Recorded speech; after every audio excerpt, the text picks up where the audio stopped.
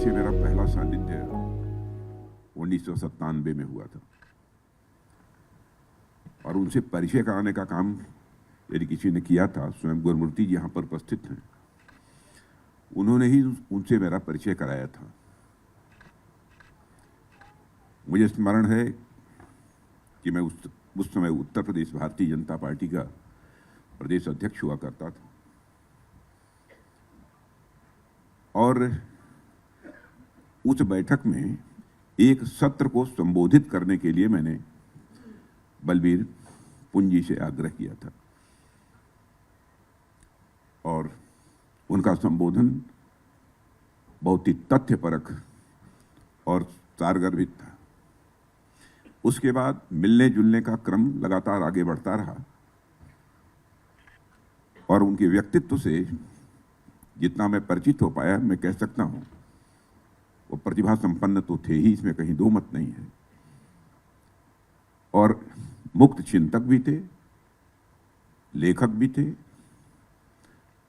और राष्ट्रीय जो मुद्दे हुआ करते थे उन पर उनकी एक अपनी सोच थी, एक उनका भाव था। बराबर जब वह राज्यसभा में तो राजनीतिक गतिविधियों में बहुत सक्रिय नहीं थे, तब भी उनसे मिलने जुलने का सिलसिला जारी रहता था। विभिन्न मुद्दों पर उनके साथ हमारी बातचीत भी होती रहती थी और मुझे याद है पहली बार जब मैं पार्टी का अध्यक्ष था, उस समय भी हमारी राष्ट्रीय कार्यकारिणी में वह सदस्य थे और दूसरी बार 2013 में जब मैं पार्टी का अध्यक्ष बना तो उस समय राष्ट्रीय उपाध्यक्ष के रूप में उन्हें नामित किया गया था और समय समय पर एक मित्र होने के नाते जहां मुझे आवश्यकता पड़ती थी मैं बलबीर जी का सहयोग प्राप्त करता था और सहज रूप से वो अपना सहयोग मुझे देते भी थे।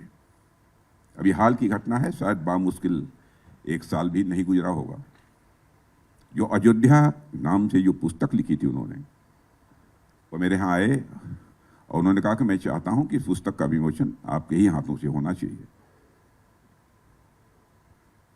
तो मैंने कहा कि मैं कोई साहित्यकार तो हूं नहीं, बहुत बड़ा विद्वान तो हूं नहीं कि मैं पुस्तक का विमोचन कर दूं, अच्छा होगा किसी अच्छे साहित्यकार से करा लीजिए इसका विमोचन। तो उन्होंने कहा नहीं, मुझे इसका विमोचन आपसे ही कराना है, चाहे इस महीने समय दीजिए, चाहे अगले महीने दीजिए, चाहे उसके आगे दीजिए।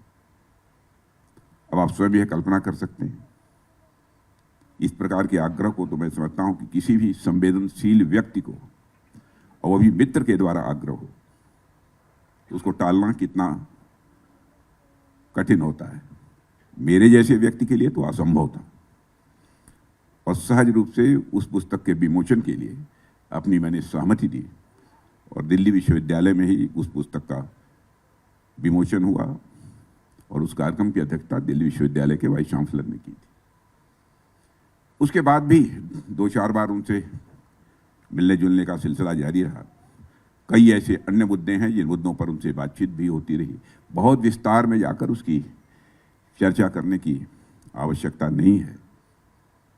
जहां तक हम सभी जानते हैं कि जो आया है उसे जाना है।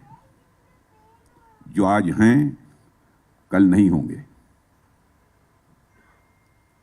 जो कल थे आज नहीं हैं, लेकिन हम हैं, हम ही रहेंगे। यह क्रम सदैव चलता रहेगा।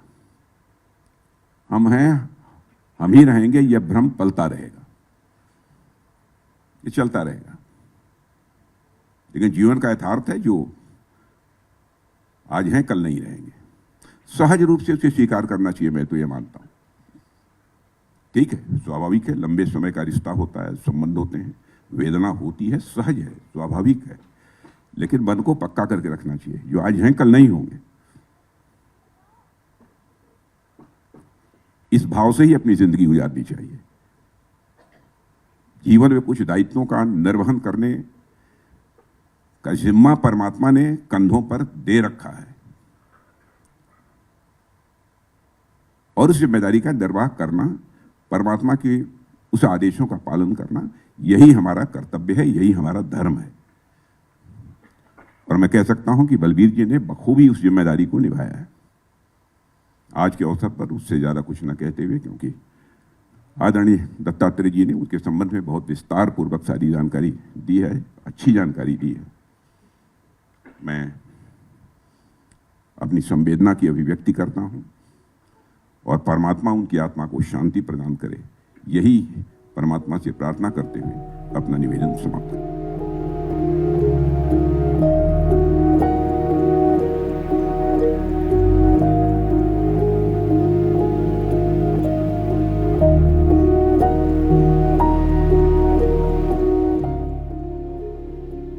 लेकिन बलबीर जी जैसे उम्र से मेरे लिए थोड़े से बड़े ही थे, लेकिन मित्रता, संगठन में स्वयंसेवक के नाते वो साथी, विचार यात्रा में सहपथिक, मार्गदर्शक, ऐसे बलबीर जी चले जाने के बाद कहने के लिए शब्द नहीं आते।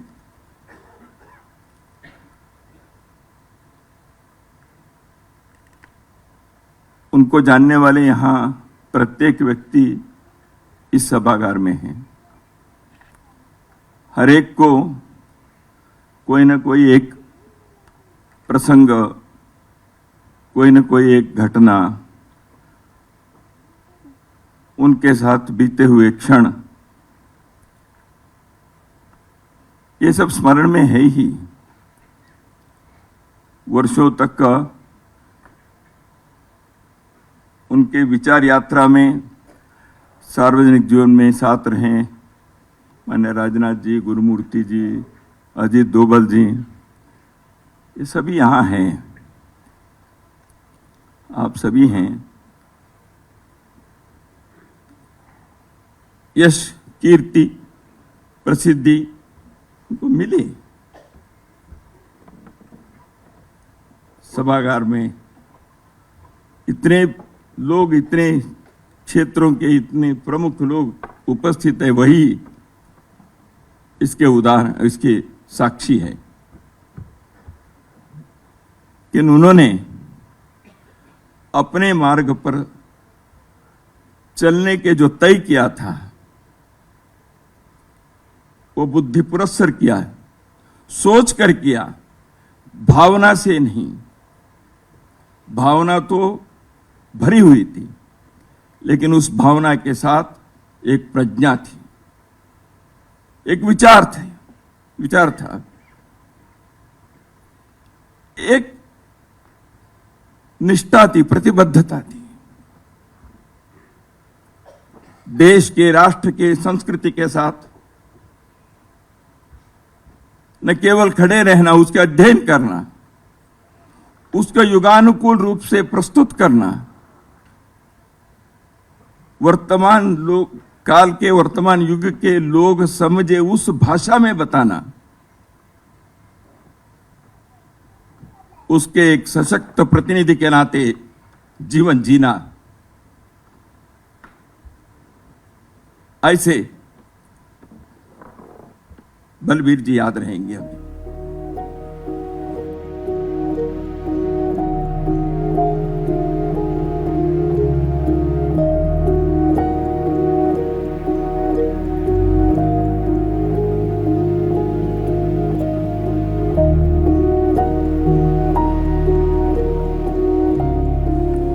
ओम शांति। आज की इस शोक सभा में उपस्थित मेरे सभी आदरणीय बंधु, समाज के अलग अलग वर्ग से जुड़े आप सभी प्रबुद्ध व्यक्तित्व, बलबीर पुंजी एक हंसता मुस्कुराता चेहरा, जिनकी सौम्यता उनके गहरे व्यक्तित्व की पहचान थी। एक सशक्त लेखनी, एक प्रखर आवाज़ और एक राष्ट्र चिंतक के रूप में उनकी पहचान। हम सबका किसी न किसी रूप में उनसे संपर्क परिचय रहा, और मेरा भी उसी प्रकार से वर्षों से संपर्क रहा, परिचय रहा, और एक प्रेरणा के रूप में हम बचपन से उन्हें देखते आए, विद्यार्थी परिषद से।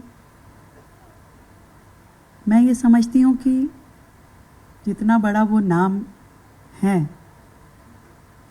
उतने बड़े एक रोशनी पुंज के नाते अपनी एक शख्सियत हमारे बीच में हमेशा उनकी रहेगी, जो हमेशा हमें रोशनी देती रहेगी, लौ देती रहेगी, ज्ञान और मार्गदर्शन देती रहेगी।